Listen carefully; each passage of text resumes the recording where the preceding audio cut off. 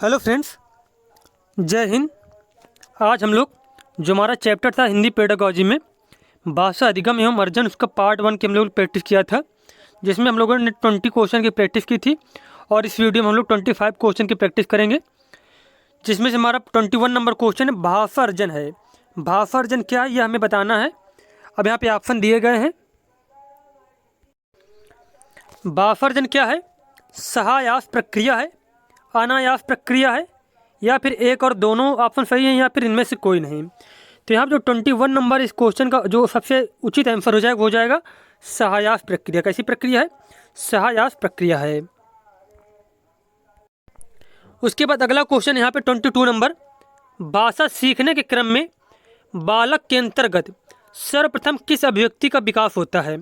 तो सर्वप्रथम किस अभिव्यक्ति का विकास होता है? सांकेतिक, मौखिक, लिखित या फिर शिक्षण अभिव्यक्ति का। तो सबसे पहले जो अभिव्यक्ति का विकास होता है वो होती है मौखिक अभिव्यक्ति। कैसी अभिव्यक्ति? मौखिक अभिव्यक्ति। सबसे पहले क्या करता है, जो बच्चा चीज़ों को बोल कर ही व्यक्त करता है, उसके बाद फिर अन्य जो है चीज़ें आती हैं। तो यहाँ पे मौखिक वाला ऑप्शन सबसे ज़्यादा उचित है यहाँ पे, तो बी ऑप्शन यहाँ पे सही हो जाएगा। देखते हैं अगला प्रश्न हम लोग। अगला क्वेश्चन यहाँ पे है, भाषा अर्जन में विद्यार्थी नहीं करता, अभ्यास नहीं करता, शब्दों की पुनरावृत्ति, अनुकरण, व्याकरण के नियमों का निर्माण। तो इस क्वेश्चन का आंसर हो जाएगा 23 नंबर का, कि जो है भाषा अर्जन में व्याकरण के नियमों का निर्माण जो है बच्चा नहीं करता, जबकि अभ्यास, शब्दों की पुनरावृत्ति और अनुकरण मतलब होता है नकल करके सीखना, ये चीज़ें सब क्या है सभी विद्यार्थी द्वारा की जाती हैं, लेकिन व्याकरण के नियमों का निर्माण जो है विद्यार्थी द्वारा नहीं किया जाता। अगला प्रश्न यहाँ पे है, भाषा अर्जन को प्रभावित करता है दैनिक जीवन अनुभव, समाज के साथ संपर्क, इच्छा शक्ति, या फिर उपरोक्त सभी। तो इस क्वेश्चन का आंसर हो जाएगा उपरोक्त सभी। भाषा अर्जन को दैनिक जीवन का अनुभव भी प्रभावित करेगा, समाज के साथ संपर्क भी प्रभावित करेगा, और इच्छा शक्ति भी प्रभावित करेगी। बच्चे की जो इच्छा शक्ति है वो भी प्रभावित करेगी। तो इस क्वेश्चन का आंसर हो जाएगा उपरोक्त सभी। डी वाला ऑप्शन यहाँ पे बिल्कुल ही करेक्ट हो जाएगा। नेक्स्ट क्वेश्चन है, भाषा का अस्तित्व एवं विकास समाज के बाहर नहीं हो सकता, यह कथन किसका है?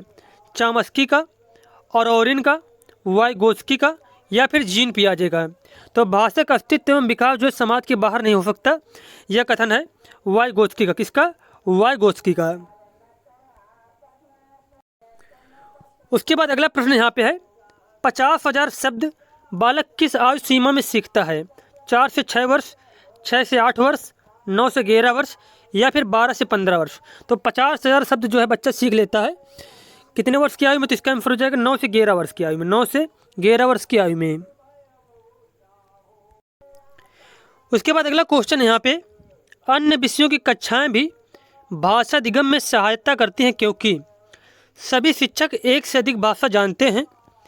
अन्य विषयों की पाठ्य पुस्तकें भाषा शिक्षा के उद्देश्यों को ध्यान में रखती हैं। अन्य विषयों को पढ़ाने पर वैविध्यपूर्ण भाषा प्रयोग के अनेक अवसर उपलब्ध होते हैं। अन्य विषयों के शिक्षक विषय के साथ साथ भाषा भी सिखाते हैं। तो यहाँ पे क्वेश्चन ये पूछा गया है, अन्य विषयों की कक्षाएं भी भाषा अधिगम में सहायता करती है क्योंकि, किस वजह से जो अन्य विषय की जो कक्षाएं हैं भाषा अधिगम में सहायता करती है? तो इस क्वेश्चन का आंसर हो जाएगा, अन्य विषयों को पढ़ाने पर वैविध्यपूर्ण भाषा प्रयोग के अनेक अवसर उपलब्ध होते हैं। मतलब अलग अलग जो है भाषाएं होती हैं, उनके प्रयोग के क्या होते हैं, अलग अलग प्रकार के अवसर उपलब्ध होते हैं, जिससे कि बच्चा होता है कई प्रकार की भाषाएं सीख जाता है। तो यहाँ पे सी वाला ऑप्शन बिल्कुल ही सही दिया गया है।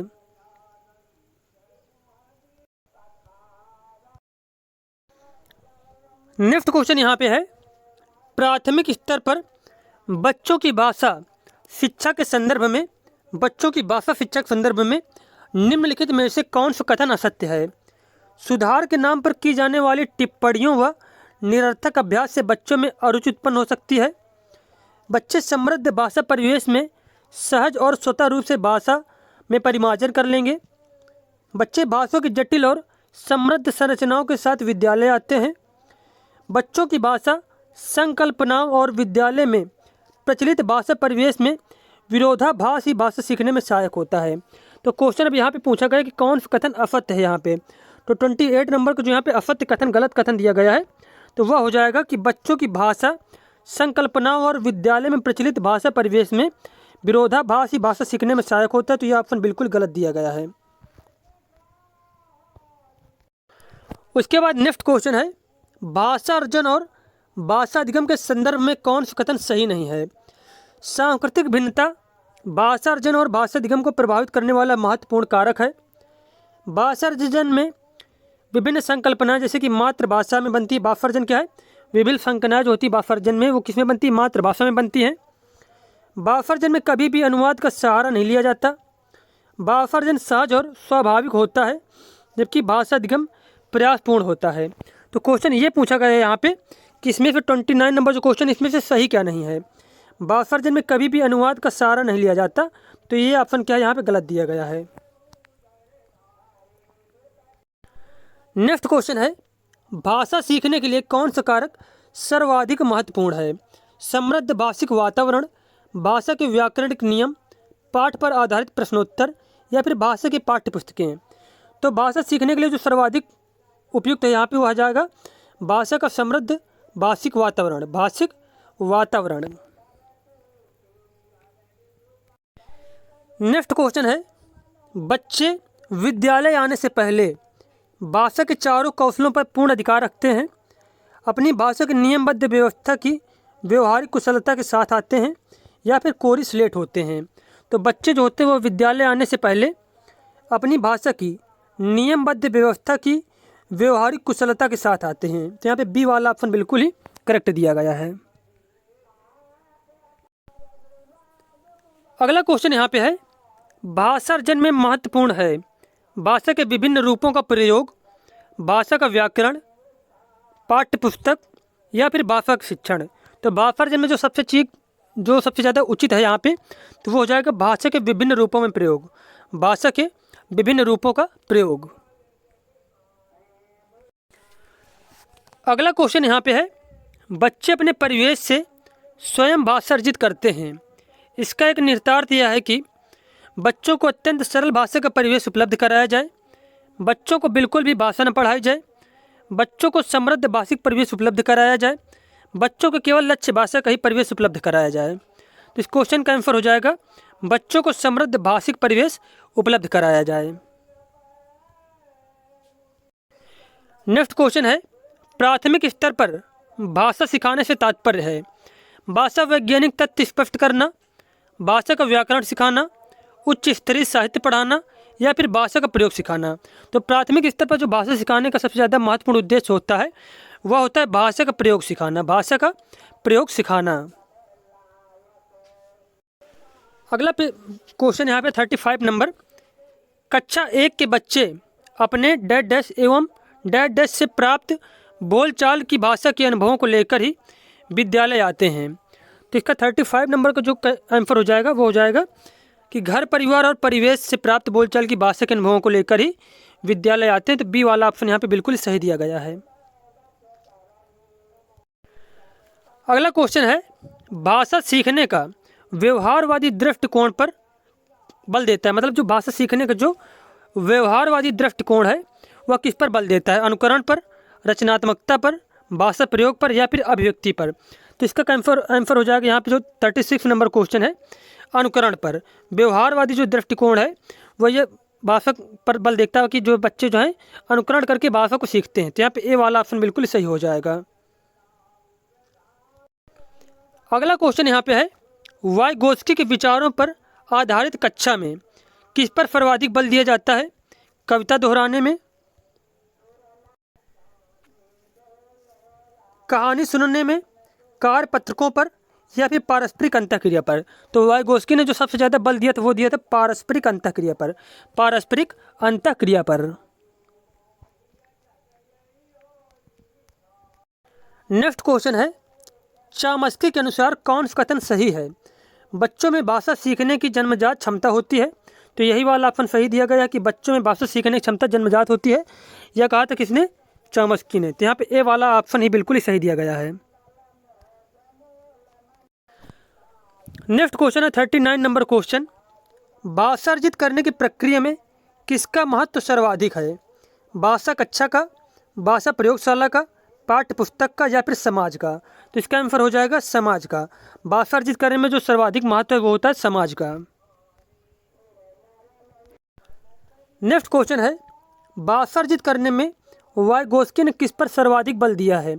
भाषा की पाठ्य पुस्तक पर, समाज में होने वाले भाषा प्रयोगों पर, परिवार में बोली जाने वाली भाषा पर, या फिर कक्षा में बोली जाने वाली भाषा पर? तो वाइगोस्की ने सर्वाधिक जोर दिया था समाज में होने वाले भाषा प्रयोगों पर। अगला क्वेश्चन है, भाषार्जन के संबंध में कौन सा कथन सत्य है? भाषा सीखना एक उद्देश्य होता है, सीखने का एक उद्देश्य होता है।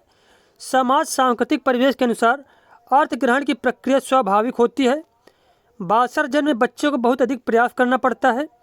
भाषार्जन में किसी अन्य भाषा का व्याघात होता है। तो आप जो 41 नंबर क्वेश्चन इसका आंसर हो जाएगा कि समाज सांस्कृतिक परिवेश के अनुसार अर्थ ग्रहण की प्रक्रिया स्वाभाविक होती है। भाषार्जन में जो है समाज और सांस्कृतिक परिवेश के अनुसार अर्थ ग्रहण की जो प्रक्रिया होती है वो क्या होती है? स्वाभाविक होती है।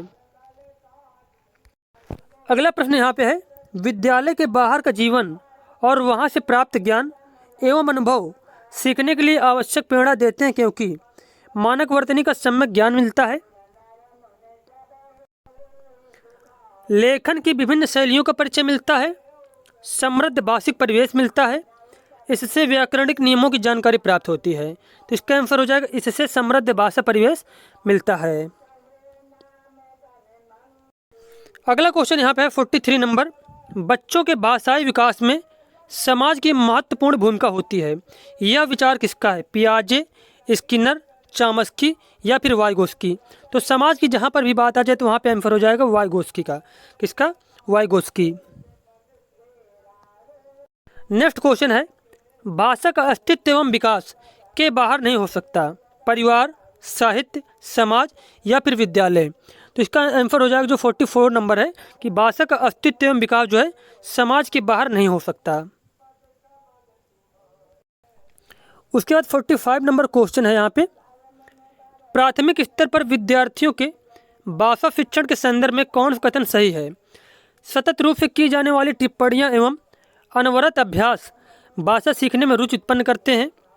बच्चे समृद्ध भाषिक परिवेश में सहज रूप से स्वतः भाषा में सुधार कर सकते हैं। बच्चों की भाषाई संकल्पनाओं और विद्यालय के भाषाई परिवेश में विरोधाभासी भाषा सीखने में सहायता करता है। बच्चे भाषा की जटिल और समृद्ध संरचनाओं का ज्ञान विद्यालय में अर्जित करते हैं। तो यहाँ पे 45 नंबर का जो सबसे सही आंसर हो जाएगा वो हो जाएगा बच्चे समृद्ध भाषिक परिवेश में सहज रूप से स्वतः भाषा में सुधार कर सकते हैं। तो यहाँ पे बी वाला ऑप्शन बिल्कुल ही सही हो जाएगा। मिलते हैं नेक्स्ट वीडियो में। धन्यवाद।